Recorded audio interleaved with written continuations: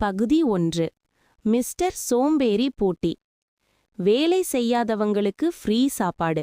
ஆனா ஒரு டெஸ்ட் இருக்கு. விஜயநகர பேரரசில் வேலையில்லா திண்டாட்டத்தை விட வேலை செய்ய பிடிக்காத திண்டாட்டம் அதிகமானது. ஊர் மக்கள் அனைவரும் நாளை பார்த்து கொள்ளலாம் என்றே காலம் தள்ளினர். கோபமடைந்த கிருஷ்ணதேவராயர் தெனாலிராமனிடம் ஆலோசித்தார். ராமன் ஒரு யோசனை சொன்னார். மன்னா, நாட்டிலுள்ள நிஜமான சோம்பேறிகளை கண்டுபிடிப்போம்.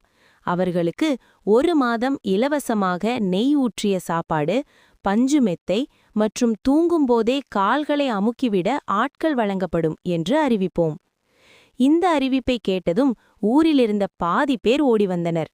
ராஜா அவர்களுக்கு ஒரு டெஸ்ட் வைத்தார். யார் ஒருவர் 1 வாரம் முழுவதும் கண்ணை திறக்காமல் கை விரலை கூட அசைக்காமல் படுத்திருக்கிறாரோ அவரே மகா சோம்பேறி பட்டம் பெறுவார் என்றார். திருப்பம் 1. போட்டி ஆரம்பித்தது. ஆனால் தெனாலிராமன் ஒரு குசும்பு செய்தார். மெத்தையின் அடியில் காய்ந்த மிளகாய்களை போட்டு வைத்தார். பாதி பேர் அரிப்பு தாங்காமல் எழுந்து ஓடினர். மீதி இருந்த 50 பேருக்கு தீனி போடப்பட்டது.